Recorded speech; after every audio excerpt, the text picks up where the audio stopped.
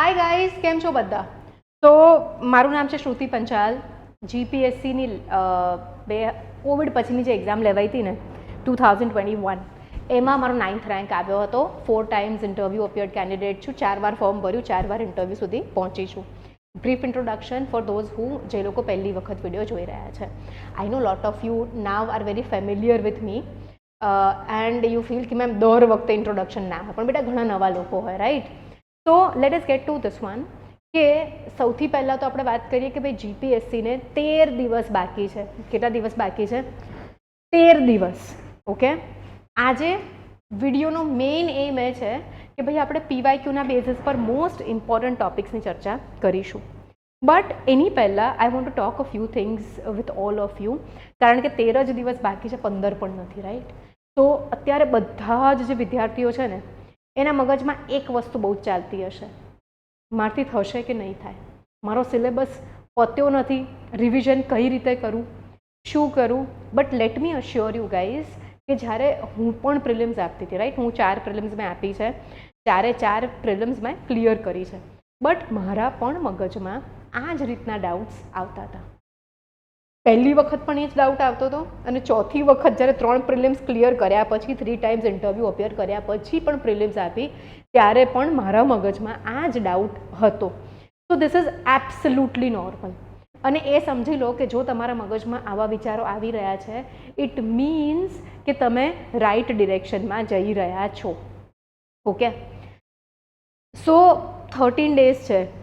Now this is like glass અડધો ખાલી છે અને ગ્લાસ અડધો ભરેલો છે. The glass is half full and the glass is half empty. આ રીતે તમે જોઈ શકો છો આ સિચ્યુએશનને. મારી પ્રિપેરેશનમાં, okay, today I will talk about હું શું કરતી હતી અને મે બી તમે એને ઇન્કલ્કેટ કરી શકો તમારી પ્રિપેરેશન સાથે, બહુ જ બેનિફિશિયલ રહેશે. And as you all know, when I use to prepare, મારો સન હવે અત્યારે 13 યર્સનો થઈ ગયો છે. But when I started preparing, my son was around 4 years old. I had a full-time job, and as a married woman, I had the responsibilities of my house, some of them, and I had to cook meals, right? So આ બધાની વચ્ચે છે ને મારી પાસે time બહુ ઓછો રહેતો અને મારી ફૂલ ફોકસ પ્રિપેરેશન જે રહેતી ને એ 30 છેલ્લા મહિનો રહેતી, બરાબર? 13-15 તો નહીં કહું હું, બટ છેલ્લો 1 મહિનો છે ને મારી બહુ જ ઇન્ટેન્સ પ્રિપેરેશન રહેતી. And as you all know, પહેલા અટેમ્પ્ટમાં તો મેં ખાલી 21 ડેઝ રીડ કર્યું હતું. એની પહેલાં મને સિલેબસ વિશે પણ કોઈ જ આઈડિયા ન હતો. ઓકે, બટ લેટ્સ બાયગોન્સ બી બાયગોન્સ. હવે આઈ થિંક અત્યારે જે યંગસ્ટર્સ મારો વિડીયો જોઈ રહ્યા છે, તમે લોકોએ બહુ મહેનત કરી હશે, ઘણા મહિનાઓથી મહેનત કરી હશે, ઘણા લોકોએ વર્ષોથી મહેનત કરી હશે. તો શું કેમ આવો માઇન્ડ બ્લોક આવે છે? ધીસ ઇઝ વેરી નોર્મલ, બરાબર? કેમ? કારણ કે એક્ઝામનો નેચર એવો છે અનપ્રિડિક્ટેબલ. હું પહેલેથી કહેતી આવી છું કે ગમે એટલી તૈયારી કરીને જશો, પેપરની અંદર 10% to 15% જ ક્વેશ્ચન્સ એવા હશે જે તમને આવડતા હશે. ઓકે, અધરવાઇઝ તો ભાઈ એવું જ લાગશે કે આ તો કશે વાંચ્યું નથી, કે આ તો આ મને યાદ નથી આવતું, સોર્ટ ઓફ થિંગ્સ, બરાબર? Also when I say every was is in the same boat, બધાને જ આ વસ્તુ થશે, બરાબર? ફોર એક્ઝામ્પલ, જ્યારે હું પ્રિલિમ્સ આપતી ત્યારે મને એવું લાગતું કે મારું મેથ્સ બહુ કાચું છે, તો કઈ રીતે એક્ઝામ નીકળશે, મારું હિસ્ટ્રીમાં મને ફેક્ટ્સ યાદ નથી રહેતા, તો હું કઈ રીતે સ્કોર કરીશ. ઓકે, તો ધીસ ઇઝ વેરી નોર્મલ. દરેક એસ્પિરન્ટ જે છે ને એનો એક સબ્જેક્ટ પાવરફુલ છે, સોરી 2 સબ્જેક્ટ પાવરફુલ છે, 2 સબ્જેક્ટ વીક છે અને 4 સબ્જેક્ટ ઓકે ઓકે છે. બધા એટલે બધા જ એસ્પિરન્ટ્સ, એમાં કદાચ 2-4 જણ હોય જે લોકોના વધારે સબ્જેક્ટ્સ પાવરફુલ હોય, ક્યાં તો બધા જ પાવરફુલ હોય, but that is very rare. આપણે અહીંયા વાત કરીએ છીએ કોમન લોકોની, તમારા મારા જેવા લોકોની. તો ઇટ્સ ઓકે, બધા જ સેમ સિચ્યુએશનમાં છે, બધાને આટલી એન્ઝાયટી થાય છે, ભલે પ્રિલિમ્સ એ લોકો અપિયર કરી ચૂક્યા છે. તો આ દિવસોમાં આપણે કરવાનું શું છે તમને લોકોને? ઓલ્સો ઘણા બધા મને ફોન કોલ્સ આવતા હોય છે, પ્લસ સ્ટુડન્ટ્સ મળવા પણ આવતા હોય છે કે મેમ ટેસ્ટ આપીએ છીએ અમે ટેસ્ટ સિરીઝમાં, મોક ટેસ્ટમાં, પણ માર્ક્સ બહુ ઓછા આવે છે અને એના કારણે ડિમોટિવેટ થઈ જવાય છે, ડિપ્રેશન જેવું આવી જાય છે કે ભાઈ માર્ક્સ જ નથી આવતા. તો એક વસ્તુ યાદ રાખો, ગમે એટલા માર્ક્સ તમારા મોક ટેસ્ટમાં આવતા હોય, ઇટ ડઝ નોટ મીન કે તમારા એટલા માર્ક્સ આવશે તમારી જીપીએસસીની એક્ઝામમાં. બિલકુલ નહીં, બરાબર. મોક ટેસ્ટ એ એકદમ અલગ વસ્તુ છે અને જીપીએસસીની એક્ઝામ એ માહોલ અલગ વસ્તુ છે. ભલે ને ક્લાસરૂમમાં બેસીને તમે આપો મોક ટેસ્ટ, પણ mock test it doesn't prove anything. Mock test જે છે એને આપણે યુઝ કરવાની છે. Okay, most important topics based on PYQ આજે આપણે કરીશું, but let me just finish એકાદ મિનિટ ઓર હું વાત કરી તમારી સાથે. સો જ્યારે પણ તમે મોક ટેસ્ટ આપો, સ્પેસિફિકલી અમારી જે મોક ટેસ્ટ છે, we have a few mock test. એક સેટ ઓફ પેપર અમે એનસીઆરટી લેવલ કાઢ્યું છે બેઝિક, બીજું set of paper UPSC level કાઢ્યું છે, એન્ડ દેન વી હેવ અ સાર્થક 2.0 પ્રોગ્રામ, જેમાં 1 day 1 સબ્જેક્ટની ટેસ્ટનું આખું આયોજન છે. આની પહેલાંના વિડીયોમાં હું સમજાવી ચૂકી છું. તો માર્ક્સ કેટલા આવે છે એ ઇમ્પોર્ટન્ટ નથી. હું તો હંમેશા એવું માનતી કે ભાઈ જેટલા આન્સર્સ ખોટા પડે ને એટલું વધારે સારું. કેમ? જે સાચું પડ્યું છે ને એને તમે રિવિઝિટ નહીં કરો, તમને એમ લાગશે આ ટોપિક તો મને આવડે છે, પણ જે મિસ્ટેક થઈ છે ને એ નહીં ભૂલાય. ઓકે, સો જેટલું રોંગ પડી રહ્યું છે એટલા તમારા ટોપિક્સ ઓર પાક્કા થઈ રહ્યા છે, એટલા જ તમે ટોપિક્સની વધારે ડિટેલમાં જઈ રહ્યા છો. ઓકે, તો આપણે મેં લાસ્ટ ટાઈમ પણ કીધું હતું, એ પણ કહું છું, મોક ટેસ્ટ આપ્યા પછી એનું એનાલિસિસ કરવાનું છે કે ભાઈ કયા ટોપિક્સ મારા ક્વેશ્ચન ખોટા પડી રહ્યા છે, હું કઈ સિલી મિસ્ટેક્સ કરું છું. બરાબર, સિલી મિસ્ટેક્સ એટલે મેં સાચું કે ખોટું પૂછ્યું છે વાંચ્યું નહીં, ક્યાં તો મેં અડધું જ સ્ટેટમેન્ટ વાંચ્યું ને ધડાધડીને સાચું આપી દીધું, ક્યાં તો હમણાં તમે નવું સાંભળ્યું. એક છોકરી આવી હતી મળવા મને કહે કે મેમ હ્યુએન સાંગ જે છે એ સ્ટેટમેન્ટ હતું કનિષ્કના સમયમાં આવ્યો હતો.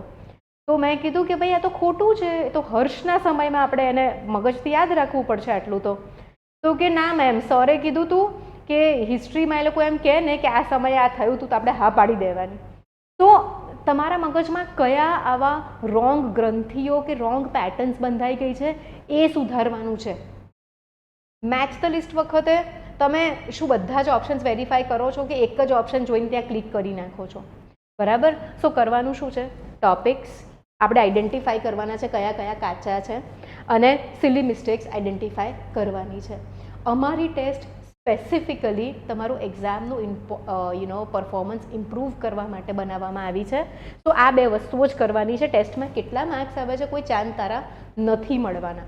ઓલ્સો બધા જ ક્વેશ્ચન્સ આવડશે અને આખો જ સિલેબસ કવર થશે એ આગ્રહ છોડી દો, કારણ કે જો તમે ફૂલ માર્ક્સ લાવશો ને પ્રિલિમ્સમાં તો કંઈ જીપીએસસી ઘરે તોરણ લઈને નહીં આવે કે ભાઈ તમને ઓફિસર બનાવી દઈએ. પ્રિલિમ્સમાં આપણે ખાલી કટ ઓફ પાર કરવું છે. તો ધીસ યર સિન્સ 200 માર્કનું પેપર છે, આઈ ફીલ 50% જેવું રહેશે. So you have to work on your accuracy guys. સમજાયું બધાને? તો ના આપણે હિસ્ટ્રીમાં બહુ જ મોટો ટોપિક છે નહીં, તો કઈ કઈ વસ્તુઓ આપણે કરવી જ પડશે જેમાંથી ફ્રીક્વન્ટલી જીપીએસસી ક્વેશ્ચન્સ પૂછે છે. બરાબર. તો આપણે સૌથી પહેલાં એન્શિયન્ટ ઇન્ડિયન હિસ્ટ્રીની વાત કરીએ. બહુ જ સિમ્પલ છે. બરાબર. તમારું સિંધુ ખીણની સભ્યતા આઈવીસીમાંથી. હવે દરેક ટોપિકને કઈ રીતે તૈયાર કરવો એ પણ બહુ ઇમ્પોર્ટન્ટ છે. તો ઇન્ડસ વેલી સિવિલાઇઝેશનની અંદર તમારે સાઇટ્સ તો પ્રિપેર કરવી જ પડશે, કઈ જગ્યાએથી શું મળ્યું. બરાબર. ફોર એક્ઝામ્પલ લસણ કઈ જગ્યાએથી મળ્યું? બાલુથી મળ્યું, તમને ખબર હોવું જોઈએ. ઓકે. કયા પ્રાણીઓ જે તે વખતે આપણને પુરાવા મળે છે, વિચ એનિમલ્સ વર ફાઉન્ડ, કઈ મેટલ્સ જોવા મળે છે, પ્લસ એ લોકોનું સોશિયલ ઓર્ગેનાઇઝેશન એકદમ સરસ રીતે વાંચવું પડશે. ના જે ટોપિક્સ હું અહીંયા કહી રહી છું એન્શિયન્ટ માટે, એની અંદર તમારે શું વાંચવાનું છે, રિવિઝન કરતા હો તો RS શર્મા પ્લસ લ્યુસેન્ટમાંથી ફેક્ટ એડ કરવાના છે, અને આઈવીસીની અંદર પ્લસ નીતિન સિંઘાનિયા સરની આર્ટ એન્ડ કલ્ચરની બુક આવે છે. ઓકે, એ પણ તમારે આઈવીસી માટે વાંચવી પડશે. ઓકે. બીજું ભાઈ મૌર્ય પ્લસ ગુપ્ત, આ લોકોના જનરલ એડમિનિસ્ટ્રેશનના તો ક્વેશ્ચન્સ આવે જ છે, કિંગ્સ અને એ લોકોની અચીવમેન્ટના ક્વેશ્ચન્સ આવશે. અને બીજું બહુ જ ઇમ્પોર્ટન્ટ આ ટોપિકમાંથી પૂછાય છે ટર્મિનોલોજી. ટર્મિનોલોજીની વાત કરીએ તો વેદિક એક કમ્પોનન્ટ લખ્યું છે.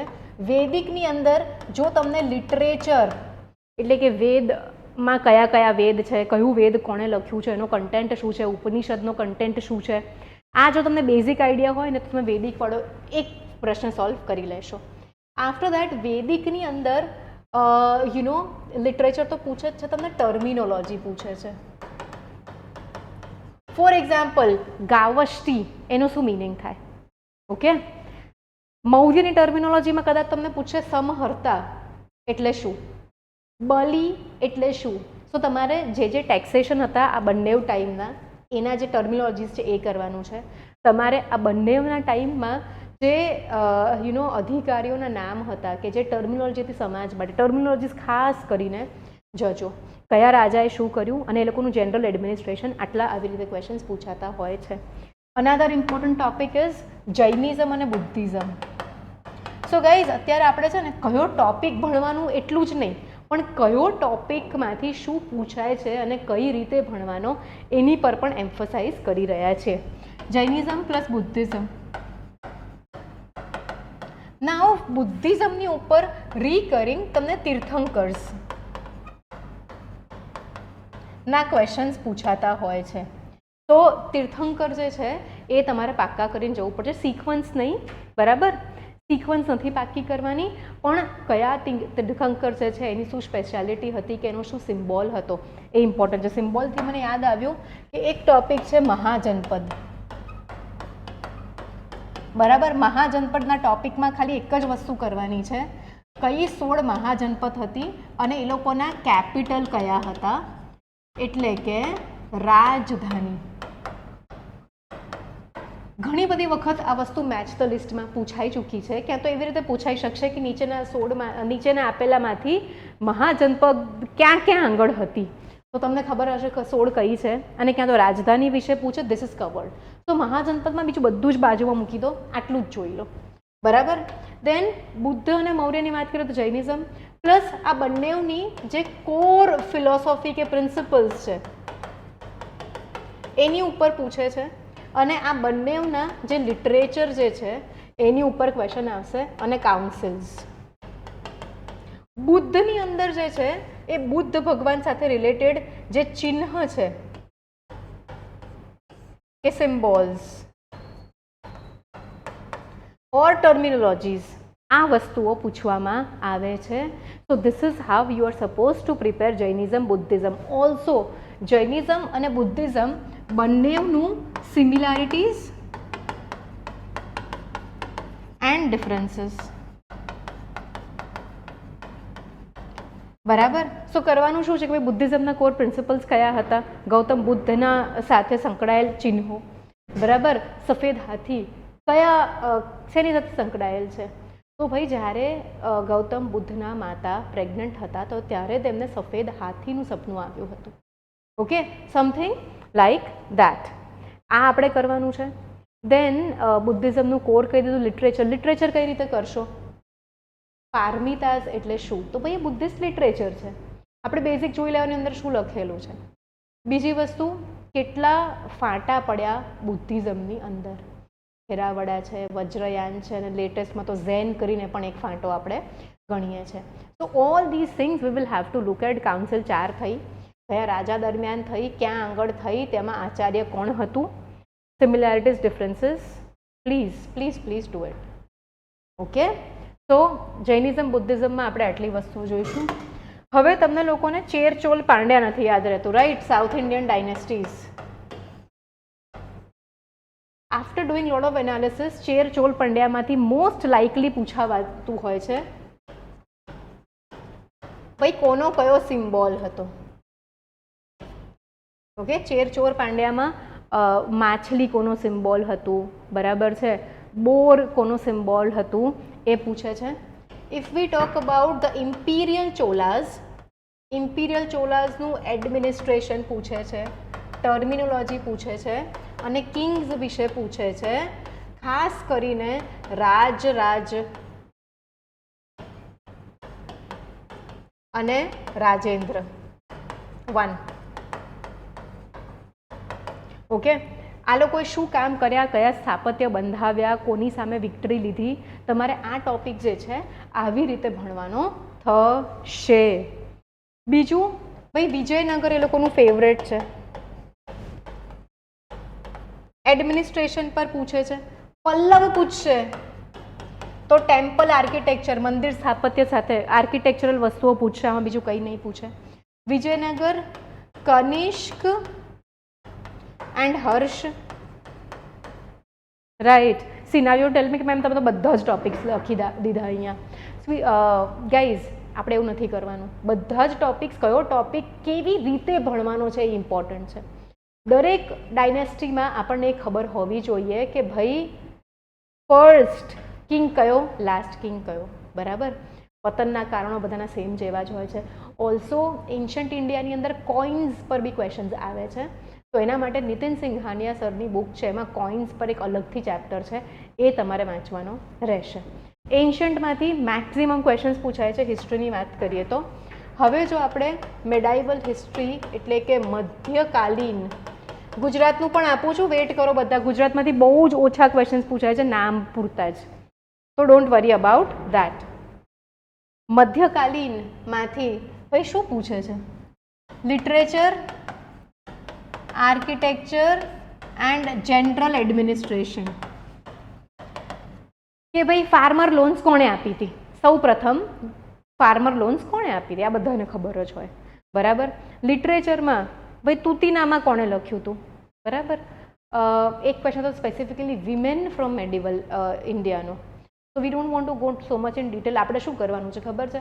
આપણે વાંચીને જઈએ ને એમાંથી 60 to 70% ક્વેશ્ચન્સ આપણને આવડવા જોઈએ, કારણ કે મેરિટ આપણે 50% આસપાસ એક્સપેક્ટ કરીએ છીએ. તો છેલ્લા દિવસોમાં આવી સ્માર્ટ પ્રિપેરેશન કરવાની છે આપણે. આજે હિસ્ટ્રીનું કરીએ છીએ, વેરી સૂન એવરી ડે એક લઈને આવી જઈશું તમારી સામે, બરાબર. સો આજે શું કરો તમે લોકો બધા આ રીતે હિસ્ટ્રી વાંચો, અને કાલે છે ને પછી આખું સેક્શનલ હિસ્ટ્રીની ટેસ્ટ હોય ને એવી એક ટેસ્ટ આપો. ઓકે, તમે કોઈ પણ ઇન્સ્ટિટ્યૂટની આપી શકો છો, પણ જો તમને નથી ખબર કે આ શું છે, દેન વી હેવ ધીસ પ્રોગ્રામ સાર્થક 2.0. એની અંદર આગળનો વિડીયો જોશો, બધી ઇન્ફોર્મેશન મળશે, એની ઇન્ફો આપવા બેસીશ ને તો આપણો ટાઈમ પતી જશે આજે. ઓકે, બીજું મરાઠાસ જોઈ લો. ડન. મોડર્ન, ઓ ભગવાન, મોટો ટોપિક રહી ગયો. ભક્તિ મૂવમેન્ટ, આ તમારે વાંચવાની છે નીતિન સિંઘાનિયા સરની બુકમાંથી. ઓકે, આની અંદર પર્સનાલિટીઝની ઉપર ઘણા ક્વેશ્ચન્સ આવતા હોય છે. જો આપણે હમણાં સુધી પર્સનાલિટીઝ બોલ્યા જ નથી, પણ આ ટોપિકમાં પર્સનાલિટીઝ પર ક્વેશ્ચન આવતા હોય છે. તો પ્લીઝ પ્લીઝ પ્લીઝ ભક્તિ અને સૂફી મૂવમેન્ટની પર્સનાલિટીઝ 100% જોઈ લેજો. અને વિજયનગર જે છે આપણે આમાં મૂકીશું, બટ ત્યાં મેં બધી ડાયનેસ્ટી સાથે એક વિજયનગર પણ લખી દીધું. Now let's talk about modern India. હા ને, અત્યારે આપણે ઇન્ડિયાની જ વાત કરીએ છીએ. આધુનિક ભારતનો ઇતિહાસ તો બહુ જ મોટો છે, હા ને, અને સ્પેક્ટ્રમ જોઈને તો એમ થાય કે ભાઈ આ તો ક્યારેય પતશે. તો હું તમને અહીંયા કહું છું ને એ ચેપ્ટર્સ તમારે ડિટેલમાં વાંચવાના છે.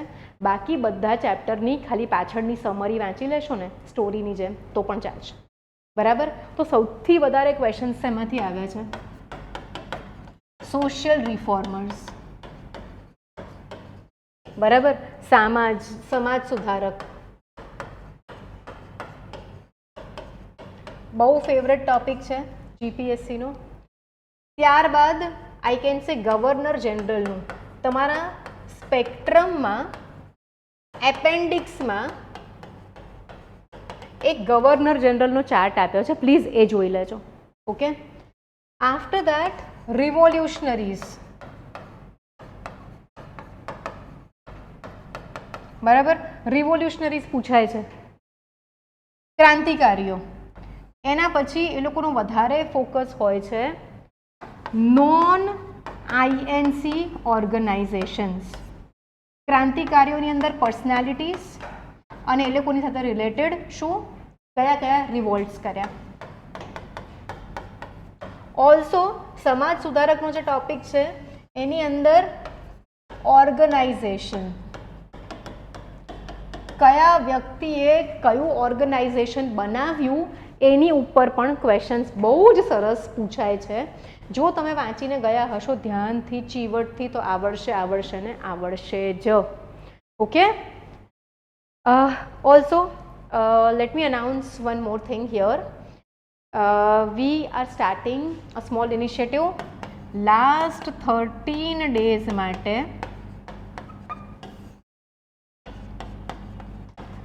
clear prelims with Shruti Panchal. આ જે વિડીયો છે ને એની નીચે એક ટેલિગ્રામ ગ્રુપની લિંક આપી છે. જો તમે એની ઉપર ક્લિક કરશો તો તમને ઇમ્પોર્ટન્ટ ટોપિક્સની PDF અને ઓલ ધોઝ થિંગ્સ, નાની મોટી વસ્તુઓ, એવરીડે 5 ક્વેશ્ચન્સની પ્રેક્ટિસ જે મોસ્ટ પ્રોબેબલ છે એ વસ્તુઓ મળી જશે. ઓકે. નાવ INCમાં this also post independent India અને રીઓર્ગેનાઇઝેશન ઓફ સ્ટેટ્સની ઉપર ક્વેશ્ચન્સ પૂછાતા હોય છે. INC જેટલા બી મેં PYQનો સ્ટડી કર્યો તો ઇન્ડિયન નેશનલ કોંગ્રેસની ઉપર મિનિમમ ક્વેશ્ચન્સ હોય છે. પ્લસ ગાંધીજી ફેવરેટ છે તો ગાંધીજી વિશે પૂછે છે, બટ ગાંધીજીનું બકરીનું નામ શું છે ને એવા સવાલ નહીં આવે. So read Gandhiji with UPSC in mind. So these are your most important topics જે તમારે 100% પાક્કા કરવાના જ છે. હવે વાત રહી ગુજરાતની હિસ્ટ્રીની. IVC ગુજરાતની સાઇડ્સ આપણે ભણીએ જ થોડી વાર પાકી કરી લેવાની, એમાંથી પૂછાય જ છે. ભાઈ સોલંકી ગજબ ફેવરેટ છે. કયા કિંગે શું કર્યું? જનરલ એડમિનિસ્ટ્રેશન, આ બે વસ્તુઓ પૂછાય છે. અને આર્કિટેક્ચર, શું સ્થાપત્ય એ લોકોએ સ્થાપ્યું એ પણ પૂછાતું હોય છે સોલંકીઝમાં. મૈત્રક્સ, બરાબર, મૈત્રક્સમાંથી પણ એકાદ બે ક્વેશ્ચન્સ આવી જતા હોય છે, બટ સોલંકીમાંથી વધુ ક્વેશ્ચન્સ આવતા હોય છે. Vaghela also I have seen a couple of questions but not that intense. બરાબર. તો સોલંકી, મૈત્રક, વાઘેલા આ બધું તમારે કરવાનું રહેશે ગુજરાતના હિસ્ટ્રીમાં એન્શન્ટમાંથી. ઓકે. આફ્ટર દેટ જો હું મેડાઇવલ હિસ્ટ્રીની વાત કરું તો ભાઈ મરાઠાસ કરી લો. બરાબર, કે ગુજરાતની અંદર સૌથી પહેલાં મરાઠા સત્તા સ્થાપનાર કોણ આપણને ખબર હોવી જોઈએ. આપણે ઇન્ડિયાના કોન્ટેક્સમાં મરાઠાસ કરવાનું છે, પણ ગુજરાતના કોન્ટેક્સમાં પણ મરાઠાસ કરવાનું છે. ભાઈ વોકર કરાર, walker settlement, what was that? કોની વચ્ચે સાઇન થયો આપણને ખબર હોવી જોઈએ. ચોથ અને સરદેશમુખી બી ખબર હોવી જ જોઈએ. જનરલ નોલેજનો પાર્ટ હોવો જ જોઈએ.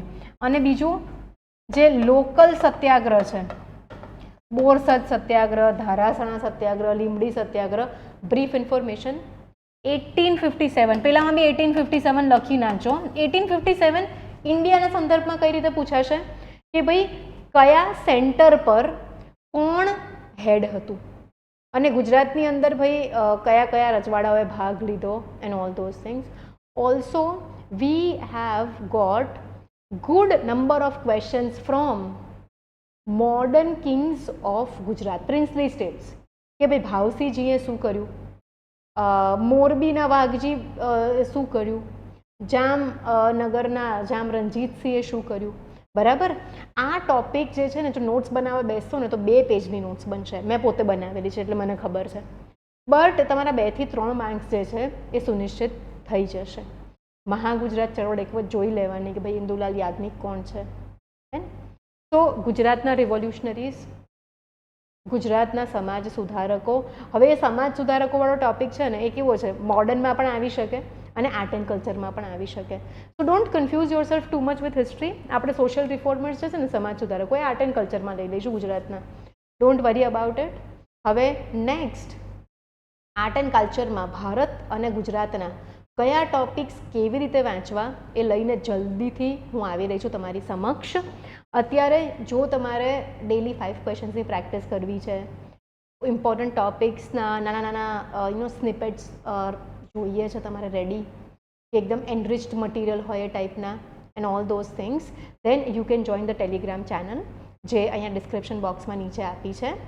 Let's work together, let's work very hard for the last 13 days and let's see છેલ્લા 13 દિવસમાં આપણે કેટલી મહેનત કરી શકીએ. અને આઈ થિંક આપણે સાથે મળીને મહેનત કરીશું ને તો 15 થી 20 માર્ક તો બધાના વધી જ જશે.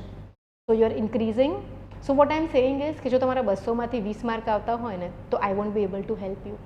પણ જો તમે 60-70 માર્ક્સ પર સ્ટક છો તો આપણે એને મળીને 90-100 સુધી પહોંચાડીશું. તો એવરી વન, લાઈક મોક ટેસ્ટમાં નહીં, હું રિયલવાળી એક્ઝામ તમારી નોલેજ લેવલની વાત કરું છું. મોક ટેસ્ટ ખાલી એક લર્નિંગ પ્રોસેસ છે. Please don't take it to your heart.